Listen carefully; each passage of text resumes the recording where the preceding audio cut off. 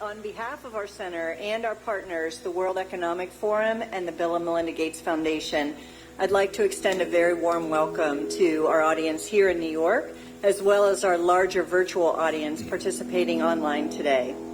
The Event 201 scenario is fictional.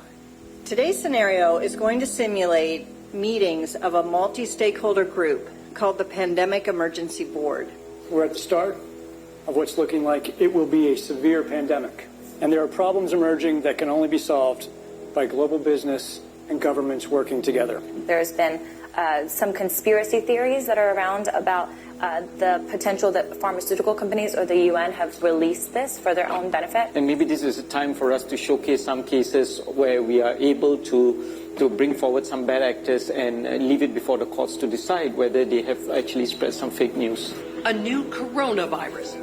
Infected people got a respiratory illness with symptoms ranging from mild flu-like signs to severe pneumonia. In related news, a significant demand for personal protective equipment like N95 masks and gloves are on the rise. Patients are overwhelming healthcare facilities. People are avoiding public spaces out of fear of infection and in compliance with public health recommendations. Our U.S. affiliate has just released polling results on public expectations for a vaccine, and 65% of those polled are eager to take the vaccine, even if it's experimental. I'm not optimistic about having a vaccine in time to be relevant during this pandemic. With enough money and political will, anything is possible. Penalties have been put in place for spreading harmful falsehoods, including arrests. If the solution means controlling and reducing access to information, I think it's the right choice. What exactly are the risks and benefits of staying home from work? Absolutely, we need to save lives, but we literally cannot afford a heavy-handed response that suffocates our economy. The world saw large-scale protests and in some places riots. This led to violent crackdowns in some countries and even martial law. The public lost trust in their respective administration. Economists say the economic turmoil caused by such a pandemic will last for years. The societal impacts, the loss of faith in government, the distrust of news, and the breakdown of social cohesion could last even longer.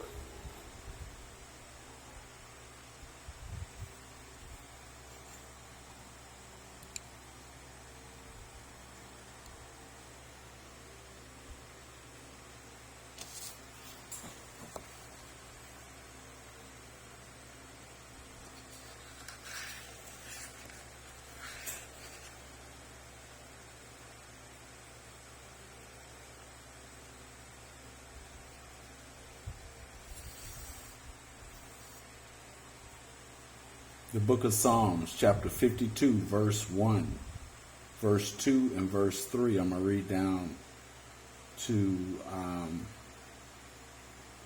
5. Why boasteth thyself in mischief? Why boastest thou thyself in mischief, O mighty man? The goodness of God endureth continually. The tongue deviseth mischief, like a sharp razor, working deceitfully. Thou lovest evil more than good, and lying rather than to speak righteousness. Thou lovest all devouring words, O thou deceitful tongue. God, the Most High Yahweh, shall likewise destroy thee forever. He shall take thee away and pluck thee out of thy dwelling place, and root thee out of the land of the living. The righteous also shall see and fear, and shall laugh at him. Lo, this is the man that made not God his strength, but trusted in the abundance of his riches, and strengthened himself in his wickedness. I'm going to give all praise and honor to Yahweh and Yahweh Shai, and double honors to the apostles and elders of GMS, and Thawada for the prophets, like-minded brothers and sisters. These devils have been revealed, and their time is near for this. This is what needs to happen to these lying pigs. That's what I said. Okay? I'm going to call it and say shalom.